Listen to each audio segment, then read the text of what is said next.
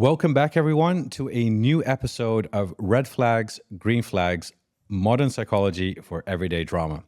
In this series, we are talking about modern dating and the hardships and uncertainties many people experience in the dating world, especially when it comes to online dating, finding a long-term partner, or dealing with toxic behaviors.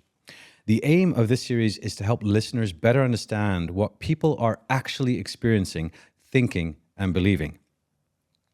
Not to judge what is wrong or what is right, but more to gain a perspective to our modern dating world. And by using a psychological lens to interpret these experiences, we can gain better insights on how to best navigate a complex maze of strange behaviors where people are often treated like options rather than humans. Wow, what a world we live in today. But let's see what we can do about that, right? If you are serious about dating, then you already know how difficult it is to date in a world where commitment and loyalty have long disappeared. Gone are the days that people would be hopeless romantics searching for eternal love and uttering the words at the altar, "To death do us part." People's agendas have become too full to fit in a partner, getting social satisfaction more from friends while jumping on an app to look for some sugar when the tensions are high. When it comes to dating, people often run away at the very first sight of a red flag. It seems easier to swipe right than to solve interpersonal issues with someone you're dating. Even telling someone you don't like them seems to be too difficult nowadays, and instead, people ghost. Deep down inside, I believe we all want to be loved. But dating feels so difficult and emotionally threatening in this digital age that people are even giving up on trying to find a life partner and focusing more on themselves. Joining me on my podcast today to talk about dating challenges and also about why people are giving up on dating is Tatiana, a brand manager in the beauty industry here in Dubai, and Daria Smith, events director in the hospitality space in the GCC region. Welcome. Hello. Hello. Welcome. So welcome to the show. First time that you're doing a podcast? Yeah. Yes. So it's always a great conversation in the sense like we're seeing, I think a lot of people that can't see us right now, we're in a beautiful setting. It is. It's almost like at the fireplace. It feels very, very kind of like homey, doesn't it? Yes. And cozy, yeah. Yeah, fantastic. So that's how I love to have these conversations and homey conversations, as I like to call them, also around the topic of dating. But before we get into today's podcast, Tatiana and Daria, maybe you can start to tell the audience a little bit more about yourself, what you do, and how long have you been here in Dubai? I will start. My name is Tatiana. I am 35 years old. I'm not afraid to tell my age. I am a single mother as well, and I have a 6.5 years old son. So that brings another perspective on the dating as well. And I've been in Dubai for 11 years now. Wow, that's a long time. Yeah, that's a long time. Yeah. Thank you. Thanks. Daria? Fantastic. Yes, so thank you for introduction. I'm event director and I've been in the event space for quite a few years, traveled all over the world, lived across multiple countries, born in Russia, grew up in Balkans and lived the past 15 years in the UK and recently in Dubai. So I've just literally finished my first year in Dubai. Single. Age, I'm celebrating my big 40. Wow, congratulations. Year, so, You look younger. Exciting, yeah. But I think lots of people are quite nervous about it. But I think I'm actually looking forward to it. I'm embracing it. And I think that this is a great age to be in. You know, you feel wise enough, but still young in heart. You know, a lot of people say nowadays, the Gen Z say the 40s are the new 20s, right? Oh, Yeah. okay. They are. It's true. I have a lot of friends who are 40 plus, and all of them said that their life actually becomes way better when they're 40s because they're financially stable, their career is already sorted, and now they can do what they want and they can afford to do what they want. Yes, but I think there is also a challenge in terms of dating. I don't know whether, I'm sure there is a bit of a stigma about certain ages, and for women as well, the older you become, the almost more invisible you become as well. And 40s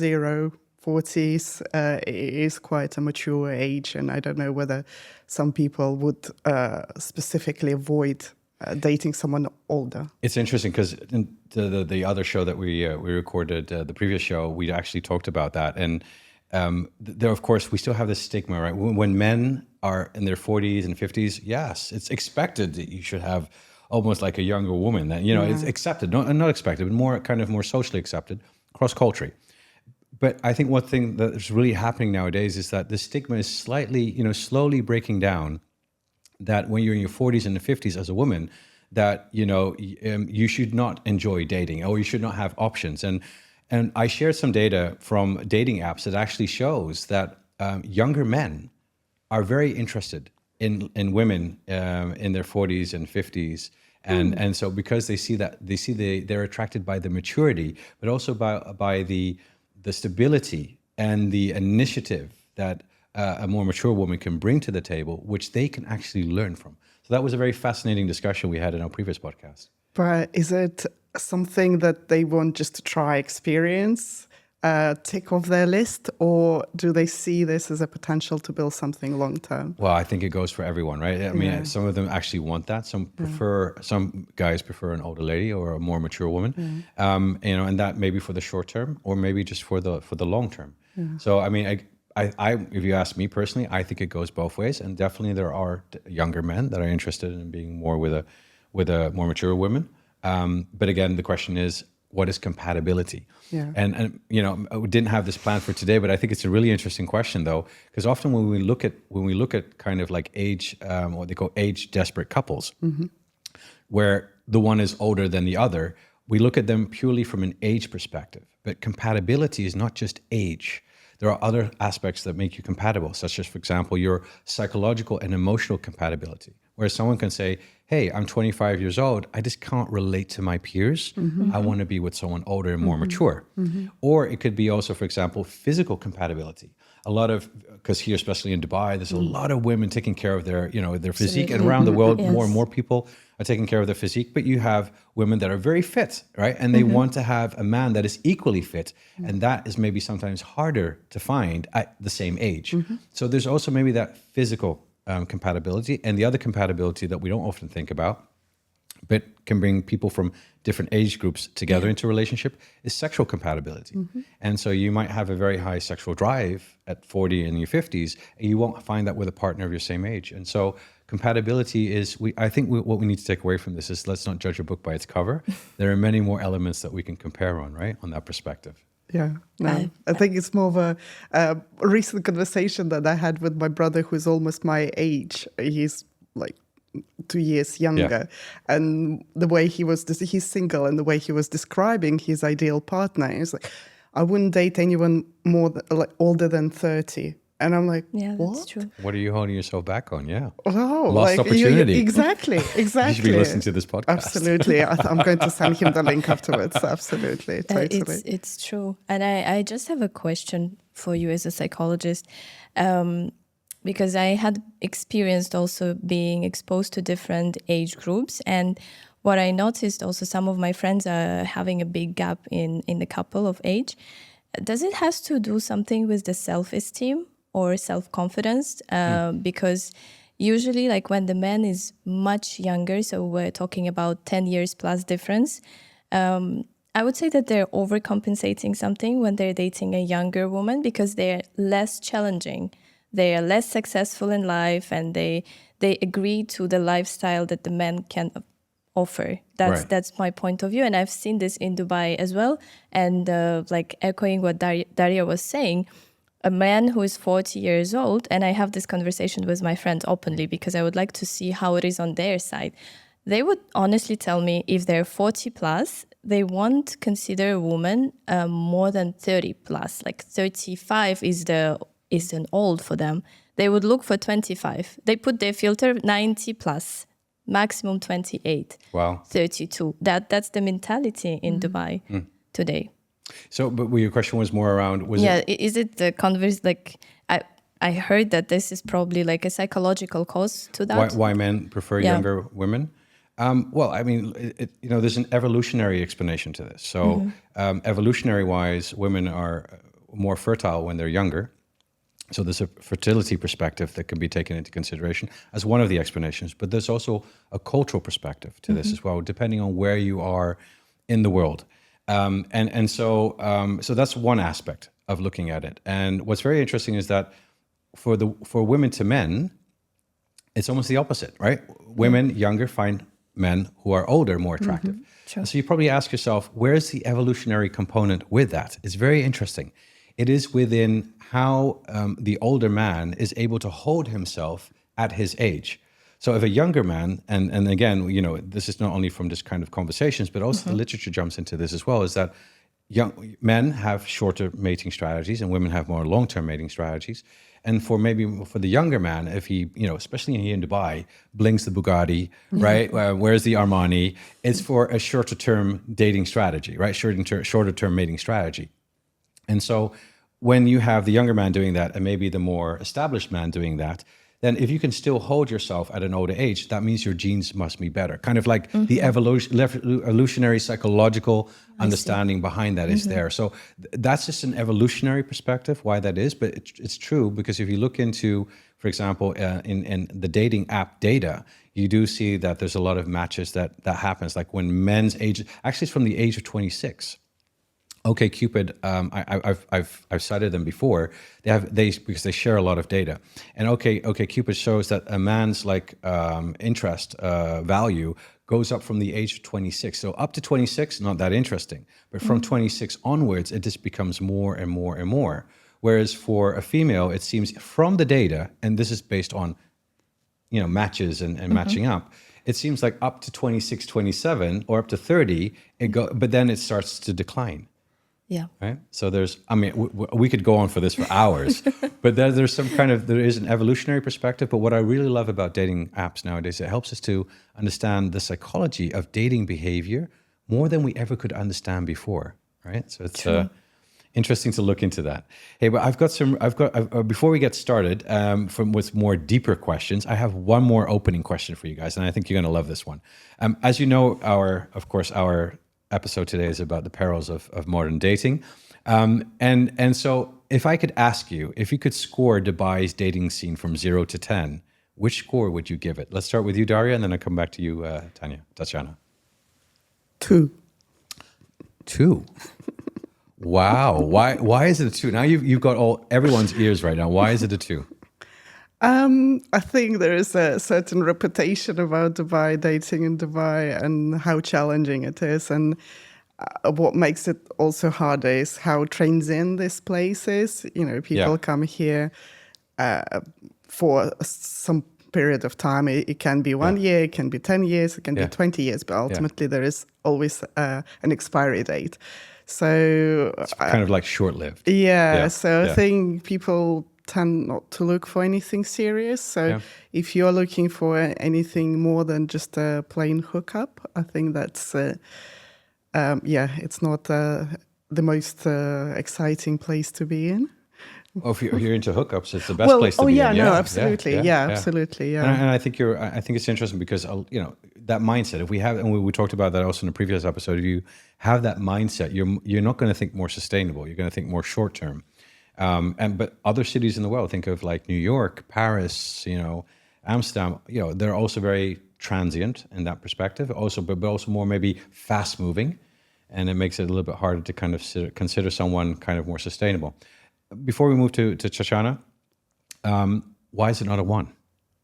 I want to give people some hope. So why is it not? Because I do believe there are some nice people around here, and it's just a little bit unlucky. And I've heard it from both men and women looking for something a bit more serious, but both men and women struggle. So I don't think it's just for women that it's hard. I heard the same.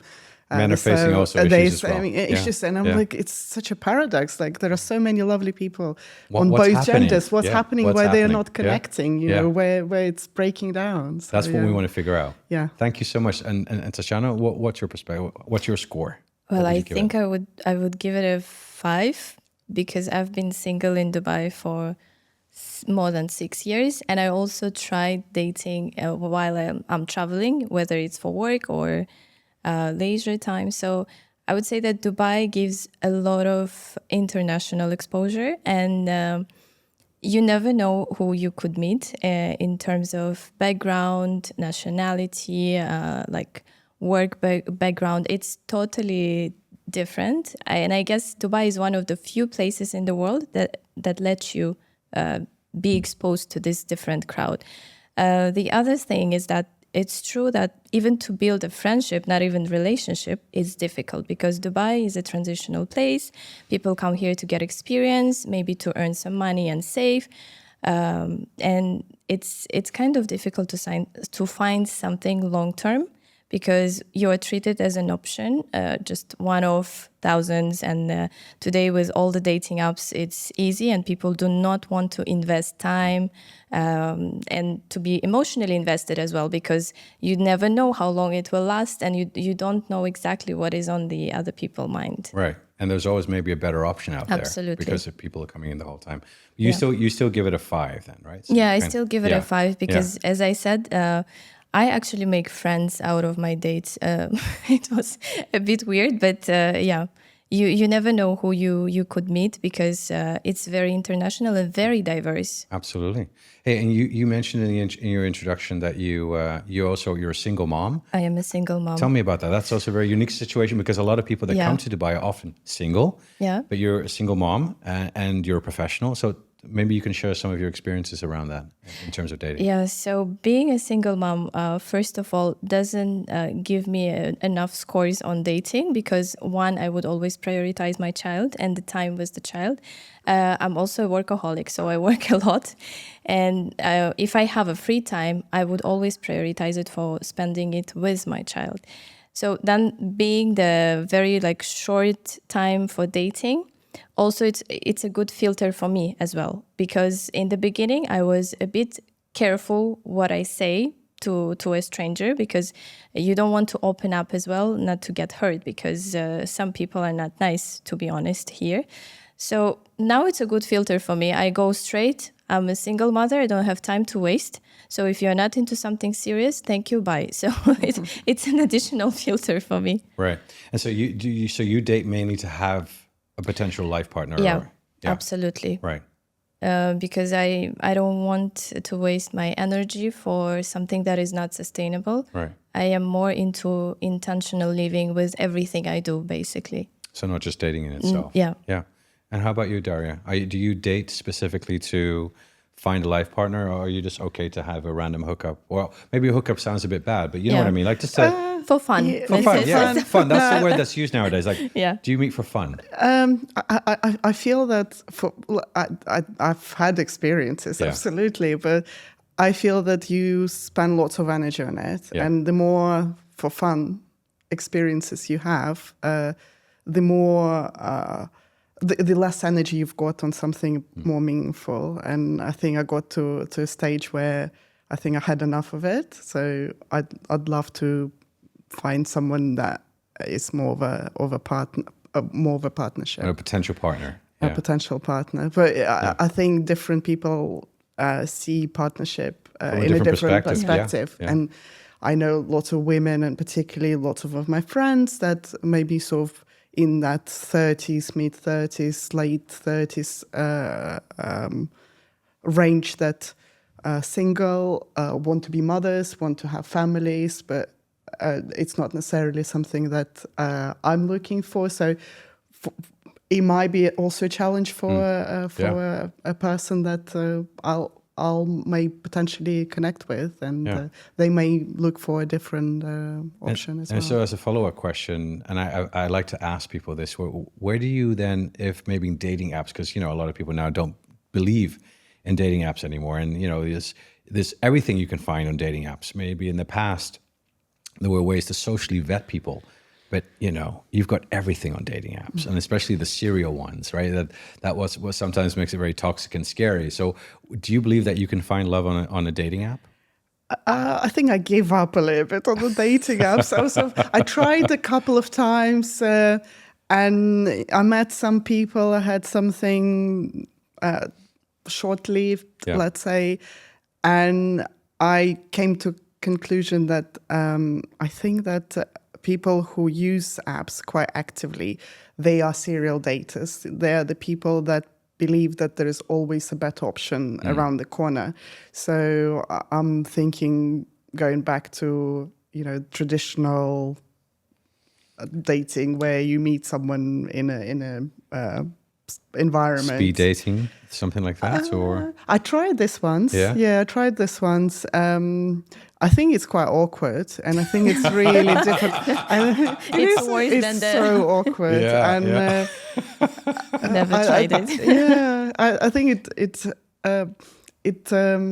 I'm the type of person Yeah. that prefers one-on-one Yeah. interaction. So Yeah. I would like to build that sort of connection. Yeah. And 15 seconds or 1 minute, Yeah. 5 minutes, Doesn't whatever work, it is, right? it doesn't work. You don't get It's on this premise of love at first sight or attraction or something like that. Yeah. You can probably feel some energy Yeah. initially, but Yeah. I think it's just Well, one thing I've noticed in Dubai is that though the apps don't have a vetting perspective, there's a lot of circles here. Like people call them groups and circles, right? Your friend groups, everyone, because like you're saying, it's hard to make friends. But when you do have good friends here in the UAE, you tend to stick with them a lot, right? And you don't let a lot of new people in. It's very kind of safe in that way.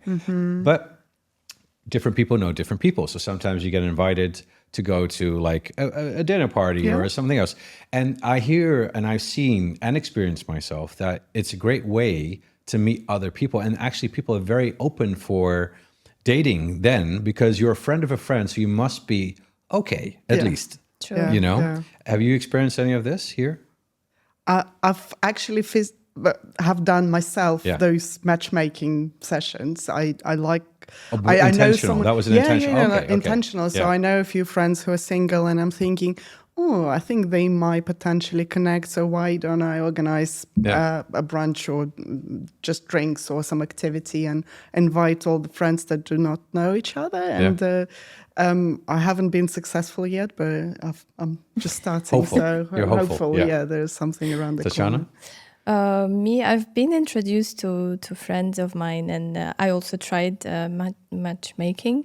It didn't work out so far, unfortunately. But I agree with you that it gives you, at least when you're on dating app, you have no idea who the person is. Yeah. You don't know their background and their past. With friends, you feel much more relieved, and there is a trust aspect to it. Also, for them, there is a responsibility. They can't mess up because Right, friends are involved. Yeah, exactly. That's always. I've always had this idea that dating apps should have like a dating score, like a social dating score, like some kind of score that you can, like with Uber, The right? rating. idea. I've been on this ride now, literally. Yeah, that's true. How was your ride? Ride was a 2, right? Or ride was a 5, and then you can kind of, But then again, people could play around with that, and for the serial daters, you want to show up. But hey, if you're just in it for the ride, why not? But I think maybe that would have some kind of. It would work, but maybe not. I don't know. But I feel that we're missing this vetting perspective. If you feel that you can get away, because that's what screens do to us, right? Screens help make us feel that we're so far away from the individual. I can treat you however I want to treat you. No consequences. Exactly. Or like you were saying, I see you as an option. So I don't see you as something serious. And so in that perspective, we're losing that human component to which then we start treating people, not so well anymore. Nice. And think about all the married people in relationships going on their apps and just, Having a second life. Yep. That's what they call it nowadays. Yeah. Ashley Madison, wasn't that the website? Oh no, you don't know. Of course you I don't know. think you're much more advanced than us. Well, look, I've been investigating. Yeah. And the Middle East, we are safe from this kind of websites. No, there was a website. Please, audience, please correct me if I'm wrong. I think it was called Ashley Madison, where, and in the Netherlands, they had something called Second Life, where you can basically try and, it's called ethically cheating, so that your partner knows about it. You're open, and you're open to have more experiences, but you want to stay together. Unfortunately, the site got hacked with millions of emails that leaked afterwards, but that's a different story in itself. So, but on that tone, or like kind of that story, people are changing their perspectives about traditional monogamy in that perspective. How do you see that? Do you believe that, are you looking for monogamy? Are you open to looking for something that is not traditionally monogamous? I am not. I am very old school, and I am into monogamy because I am a loyal person. So if I am loyal in my relationship, I would expect the same from my partner. But I think it's interesting perspective because today there are more and more options and different couples accept situationships, open relationships and stuff. And I think it's Estelle Perel who said before monogamy was one partner for life. Now it's one partner for one relationship. That's modern monogamy. It's not like our parents lived together for 30 years and never cheated. It's totally different. Yeah. Daria? It's quite a complex question. Yeah, absolutely. If I'm with someone 100%. But I don't think that you can look at it as black and white as well. There are different situations. And I think there's definitely something changing, the way how the relationships are looked at. It's no longer just, married for life and that's it. I think people being more open to options. Do you think there's a stigma around it by opening up a relationship, or, because nowadays the options that you're talking about, situationships, now there's things called like, let's be exclusive. Yeah. But what does that mean? And so what's really interesting, what people don't realize is exclusive, like I want to have you exclusively, but they didn't define what it means. So what a lot of people are facing right now is like they're physically, intimately exclusive, but emotionally not, because also you can cheat emotionally. And so what gets lost in that translation is, let's be exclusive, but let me be emotional and have emotional connections with other people, but not with the person that you're being physically exclusive with. So do you feel that there's a stigma around this, or do you think that this is kind of becoming more acceptable, these kind of different forms of relationships? I think just more and more people, it's the reality today, and technology is the blessing and the curse. So I guess every couple is either he or she is doing something on the side emotionally or physically, I don't know, but there is a doubt always in modern dating. Right. That's probably one of the reasons why some people are giving up on it, because you can't guarantee that exclusive is exclusive, and what is exclusive, you know, as you said. Yeah. For some people it's physical exclusivity, for someone it's also emotional. Yeah. So you're saying, in a sense, that maybe in today's world we're becoming too fragmented, or maybe you're saying that we're focusing on too many, whereas before it was this monogamy. Now we're saying, oh, no. Yeah, I can be physically monogamous, also like physically intimately monogamous with you, but on the emotional side, I'll do this. Or now with cyber dating, and I hear this a lot. My boyfriend, he's liking all these girls' pictures, and I just don't find that acceptable. And he says to her, like, well, come on, honey, I'm just liking her pictures. It's not cheating. Yeah. And there's also a blurred line because, many people can see that as not cheating. Some people are more sensitive to that, and they might see that. So there's no clear definition of what is cheating because you're liking someone's pictures, or you're DMing someone. Or maybe you're fantasizing about them as well. Right. That's another thing. Yeah. Oh, but when you're together with someone? Yeah. It's probably the case. I don't know. But my point was that even if we don't want to agree with what is happening, it is happening, unfortunately. Yeah. Because maybe we have just too much access. Yeah. Daria, what would you say about that? I think ultimately we want to feel respected. We want to feel loved. We want to trust our partner. And I don't think that will change. All of those things, all of those options. It's become easy. And I think that the problem is with the social media as well, that our attention spans are no longer 7 seconds, they're 3 seconds, whatever it is. So with the relationship as well, we are now struggling to build stronger relationship with someone, and we get distracted by abundance of different options around. So when you were processing that information, I mean, I could also see an emotional reaction. Is there anything that you had experienced on that note?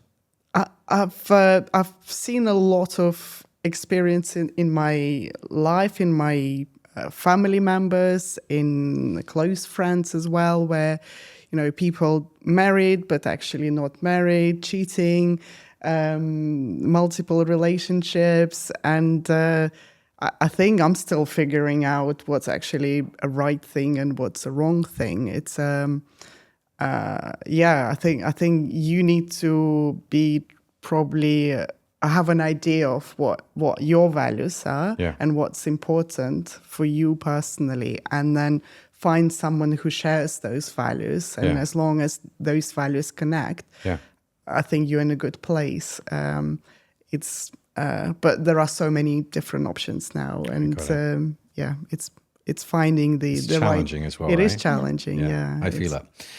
So on what you were saying, Tanya, I thought it was a great point that you made. We're people are not choosing not to date anymore. And when I look on social media, like everyone, because I post a lot of stuff around the negativity and the perils and challenges around dating, and people are like, Doctor, I give up. I give up. Like, I get it, but like, don't give up. Like, no, I've given up after watching your videos. So I'm to blame also now, in a fun way, but of course. But people are giving up, and I think this is becoming a trend.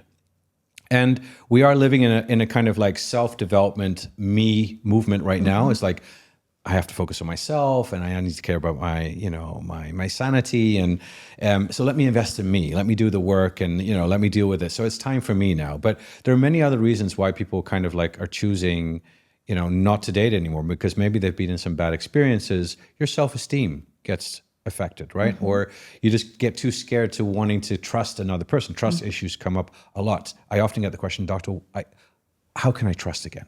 Right. And I think that's a big thing. I would love to hear from you why you both believe people are giving up on dating. Well, I am one of these people, I can tell you. I was first introduced to this dating things and social media apps probably like 5 years ago. And I was very naive when I went for the first time on the date. And I got hurt, obviously. And then it took me some time to process, and I didn't want to experience this again. I would say that the trauma that you get or the negative experience actually stops you, because you're better off being by yourself with less drama, less problems. And as you said, like today we're all into self-development, and I should say I'm lucky to have a good support system, because I read also there is a study that has a correlation with how good is your support system. The better is your support system, the less you will invest in dating, because usually we're looking for a partner to go through hardships of life together, to have a support. So if you have a good support and family, friends, your circle is always there for you, you are less prone to look out for a partner, because you're good by yourself. Of course, we all have different needs, like romantic and maybe physical, but then when you think of it again, Daria, you could tell me if it's the same. You're like, again, no, don't have time, don't have power for that. So how do you take care of your physical needs? Well, I would say I am probably genetically lucky. I don't need that much. Yeah. But that's where maybe apps come in again, or? No, I'm very much into my energy and who do I share it with. Right, so you're selective about it. I'm very selective. Yeah, great. Daria? I think there's a lot of changes happening as well. And we are trying to figure out this new system. And people are struggling to figure it out. And there are so many stresses outside of relationships in work and future. So we had a class on AI, for example, and the future can be scary. Are we going to have jobs? Not going to have jobs? What shall we do about it? Social media, the access to the information, news. I think there's a higher level of anxiety around, and people feel that they need to spend lots of energy on feeling better. Yeah, or maybe having a sense of control over your environment. Control, exactly. Yeah. So they feel that it's too much hard work, and I think people are also become to a degree lazy. People don't want to invest in building a relationship, and when you've had those bad experiences where you tried something and someone gaslighted you or disappeared or just was there lying and not for anything sort of serious, you get tired of it and you're like, well, I can't have any more of it. I just give up on it, and if it happens, it happens. If it doesn't happen, it doesn't happen as well. Safest person to date is yourself. Well, I guess, I guess. But I still believe we are social creatures, and we do need support systems, social connections, and I think it's important. And I'm an introvert, and I prefer to get my energy having that alone time. Yeah. But I still crave interaction. I still crave intimacy. Yeah. I connect with friends, and it's good to have someone in your life a bit more long term and share with and build more complex relationship, not just how was your day, but actually be able to deeper connection. Absolutely. Yeah. I think that's an interesting point, because we're social by nature, as you mentioned, and I remember a Harvard study that came out. It was like this study that followed people for about 60 years, 80 years, and they were trying to figure out what were those factors that had a huge impact on health and on resilience and mindset. And the number one factor that was the best indicator for longer life was your social connections, right? And we and I think in today's world, where we think social connections is our Snap score or how many people we have on Instagram, that's not our social connections. But we're replacing now the social interaction, which costs time to invest in, and it's hard and it's not easy, by quick and easy, text messages and sharing content online, but that's not really where the human connection happens. And so that's something that I guess, as a psychologist, but also specializing also in this field of AI, trying to kind of bring these two together, because I think technology has, though it's great for the pockets of the people that build the technology. And look, let's be honest, when the technology is built, it's built with a good purpose, like connecting people, making people happier. But eventually the investor metrics takes over the well-being metrics. And then bad things start to happen. And then, we're using these apps, but if you look at like persuasive design, it's there to hook you and keep you engaged and not take you off time, which, the long-term effects of that, I mean, there's so much studies have come out that show the psychological, physiological, psychosomatic issues that people are actually having from consuming technology. And I think we need to be more intentional about creating technology that actually betters us as human beings. That's one of the things that I'm looking into for the future. But I think we need to start changing the technology and helping it to foster better connections and strengthen human life instead of holding us back. That's an interesting point. And so I'd love to kind of ask you this thing, because I also address a lot of questions from my followers. And I have this wonderful question from Janice.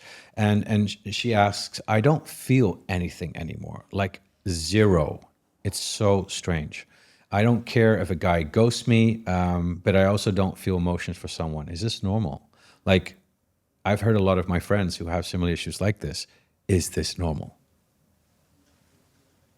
Maybe it's a trauma response, when you get through so many negative experience, or maybe it's positive, and then the highest, the lower is the low. When everything is nice, and then suddenly they disappear. Of course, you kind of build this protective mechanism to not to feel anything, not to get hurt. I guess it's probably the explanation. Yeah. What do you think it is, Daria? Well, I agree to. I think it is like a protective mechanism, and I can sympathize with Jenna. So I sort of sometimes feel that way as well. So you sort of put the shield and try to protect yourself from feeling anything, because you've been hurt too many times and you've just stopped feeling anything because it's safer that way. Yeah. And it is scary, and and it is a bit of a trust issues, I think, to a degree, that you do not trust people anymore.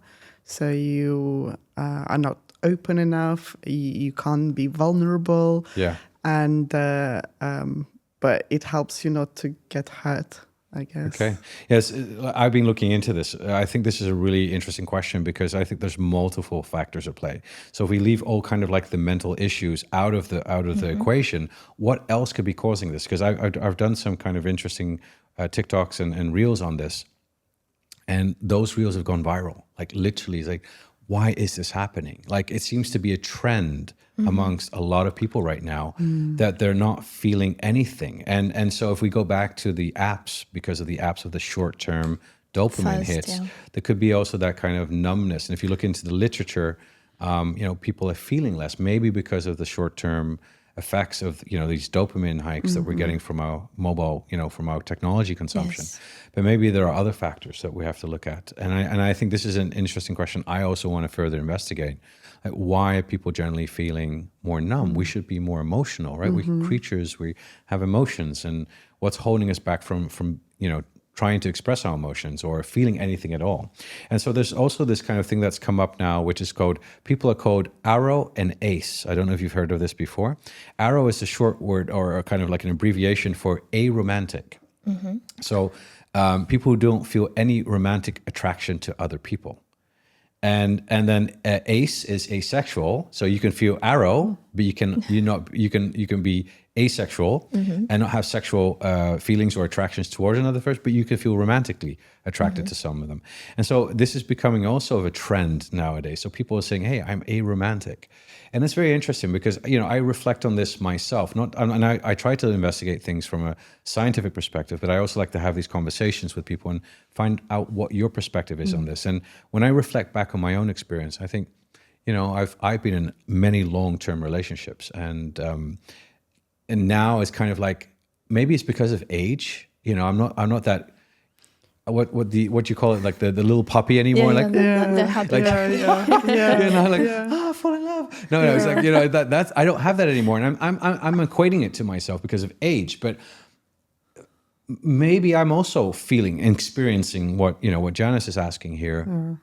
In that sense, and a lot of people are, and so that's why I wanted to have that discussion. Like, why are we not feeling as much anymore, and should we do something about it? I think that's the bigger question. If we're all experiencing this for whatever reason, should we not try to feel, because we're humans, aren't we?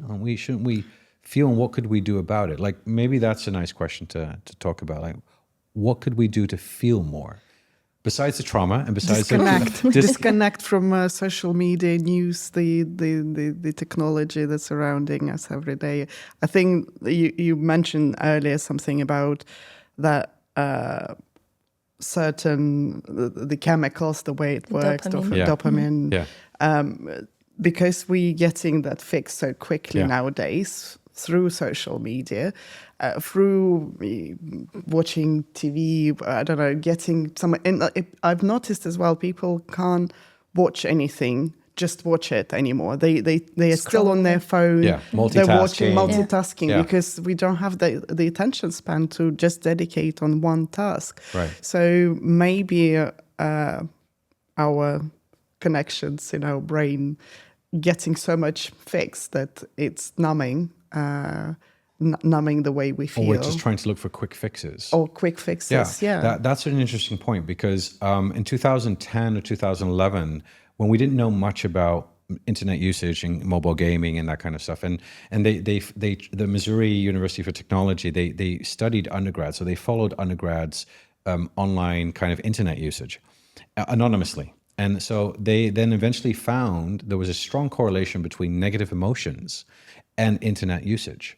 And that became kind of like a negative emotion theory or hypothesis where, and now we know that's the case, right? So when we're using our mobile phones and technology and gaming as a quick fix because it's a painkiller, but we're not addressing the actual pain. That costs effort. That costs time.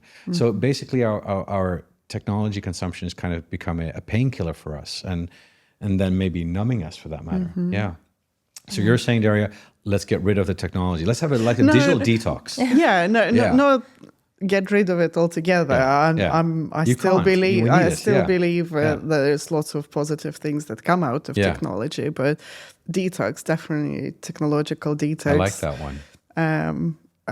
Not using any apps, going away, maybe some retreats, I don't know, recharging. So and being intentional about it, right? Be intentional and spend time with people intentionally as well, without the mobile phone.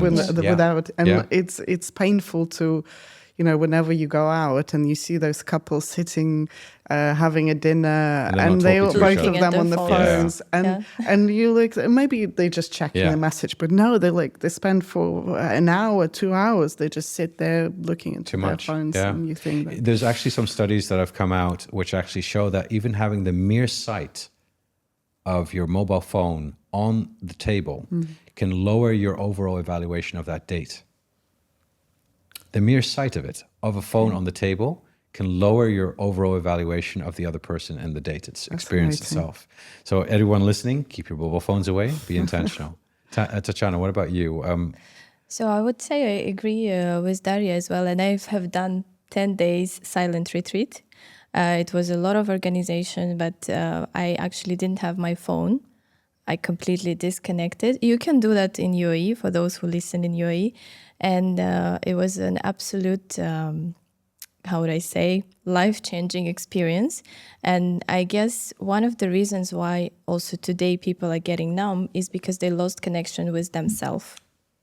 They don't listen to their inner voice because, as you said, they when they're sad or when they're frustrated, it's easier to go on social media, watch a video, do something, text your friend just to say hi, send it to 10 people and then you see how many reply.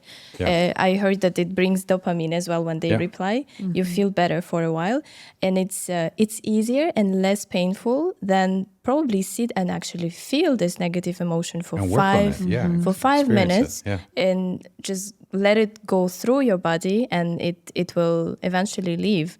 But we keep doing these things as a quick fix and distracted, and that's the reason why we feel numb, because we're so disconnected with ourselves.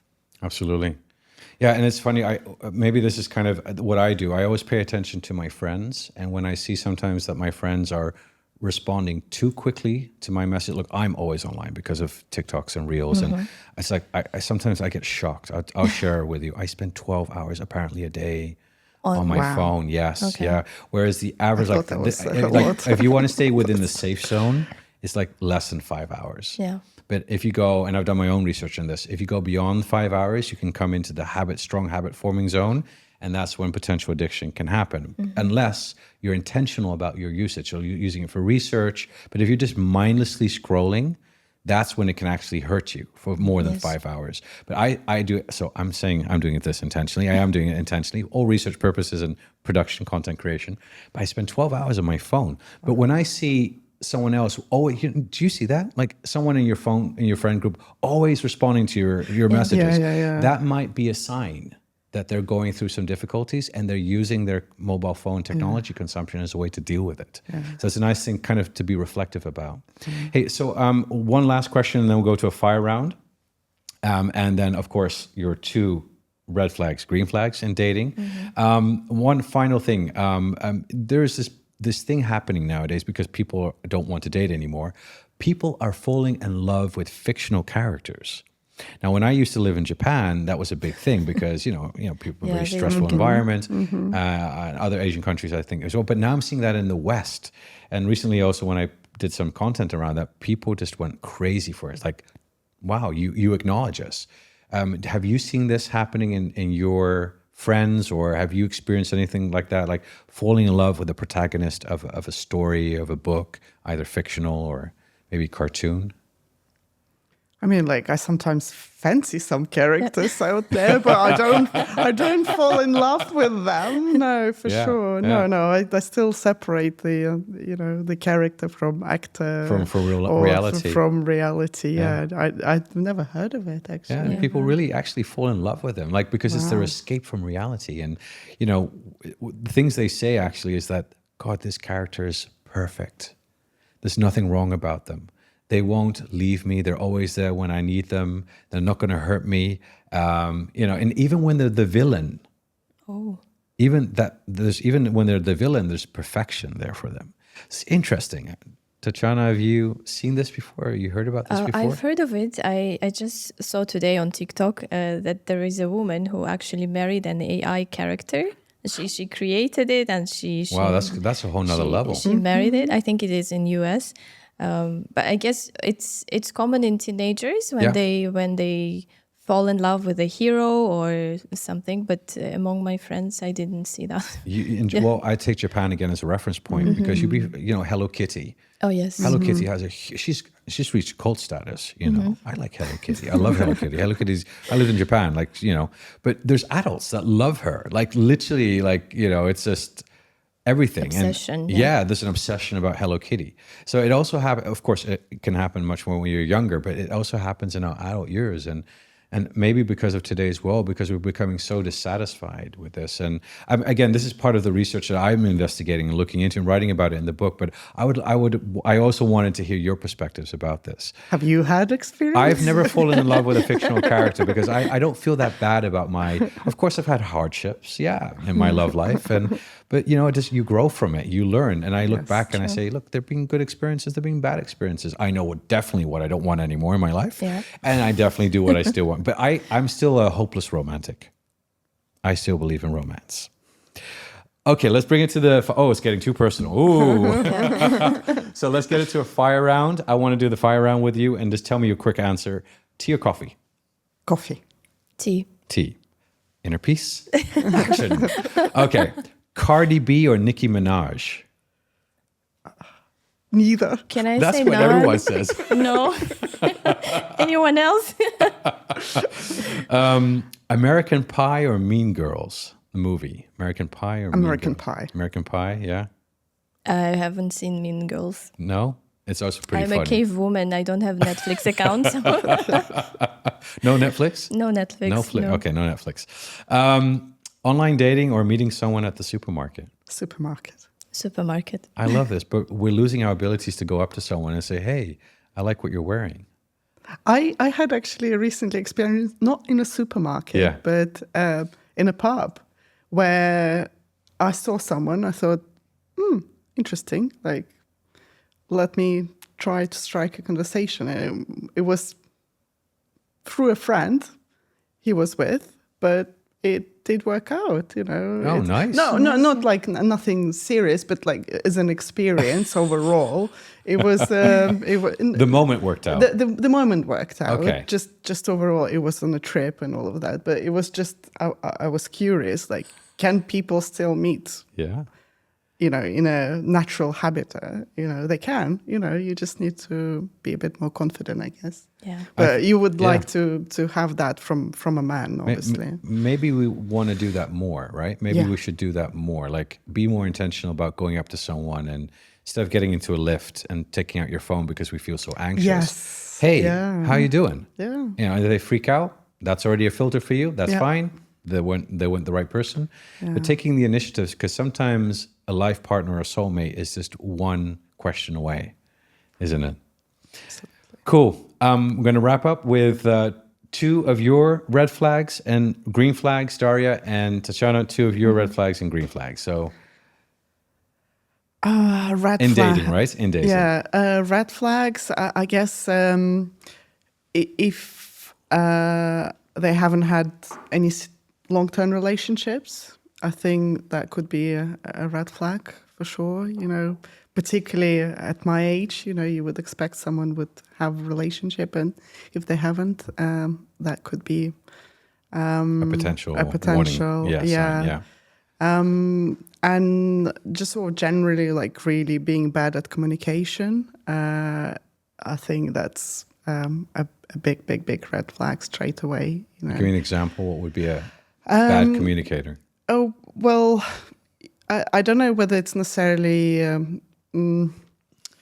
it's knowing how to build connection. So you start a conversation, and for me, you straight away you know straight away whether it is going to work or not. Right. If they have a conversation but they don't ask questions, they don't ask about you, or they don't listen. So it needs to be sort of two-way thing. And when you sort of become the one that asking all the questions, you realize you just give up on that. That's it. Yeah, done. It's not going anywhere. Yeah, for sure. Thank you. Goodbye. Yeah. Okay. Yeah. And Tatiana, what are your 2 red flags and your 2 green flags in dating? Red flags is one of the things is when they talk bad about people, about their exes, about their family, about their friends. That's a big red flag for me. Another one, if they're too materialistic, when they start to brag about what they have in life. Green flag is family values. If they like their family, and if they have the cute picture of their grandma, and it shows the values of the person, and also the confidence. When they know who they are, when they are in peace with themselves, that's a total green flag for me. When they're at peace with themselves, they feel confident about themselves. They know who they are. Because this is the base. If they're not confident, they will mess up with the other things. Yeah. I forgot to ask you, what were your 2 green flags? I'd say not necessarily family values, but a good family, like someone who have got a strong connection with their family. I think it's so important. And the type of friends they've got as well. I really believe in tell me who your friends are and I'll tell you who you are. I think that like this idea that you are the average of your 5 best friends. Yeah. And, I'm sure there are some studies around it. I've read it somewhere that people you surround with, you become like those people. So they talk about surrounding yourself people you aspire to, because you will be striving to become better like those people. Yeah. So if you know that they are, not very good people, it's straight away. And also a negative environment can also have a huge impact on us, right? Good people can turn bad. We've seen that happen and maybe that's what we see in the dating world, because eventually when these toxic behaviors become the norm, it's like you have to behave that way, otherwise, you'll maybe be seen as weak, or we just kind of we adapt to that environment because that's become the norm, and so therefore we treat people the same way we're being treated. But that can also hold us back. So green flag is surrounding yourself by good people. Good people, and having interests as well. I think there are lots of people that just don't do anything at all. And someone who is active, someone who's got hobbies. Oh, we got lots of green flags here. Someone who travels. I think like someone who, like, if I have to pinpoint someone who travels, it straight away tells me a lot about that person. Okay. Because it sort of widens your horizon as well. And you're becoming a bit more open-minded and tolerant. So, excellent. Yeah. Thank you so much for your time and for joining me in this episode of Red Flags, Green Flags, where we actually kind of dived into romance and the perils of today's modern dating world. Thank you for sharing your own experiences, your own challenges, but also what you see is a way maybe we can change things around. I think we've got a long way to go. I mean, I don't think it's going to change quickly, but these conversations really help. And I think the people that are listening in really just can take so much away from your own experience.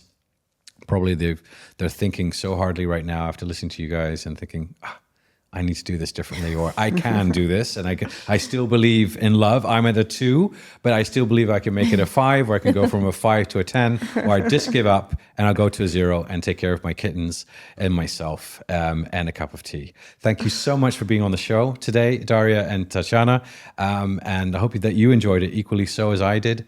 And again, thank you so much for being here. Thank you so much for inviting. It was a pleasure. It Thank was you. very interesting conversation. Are you ready?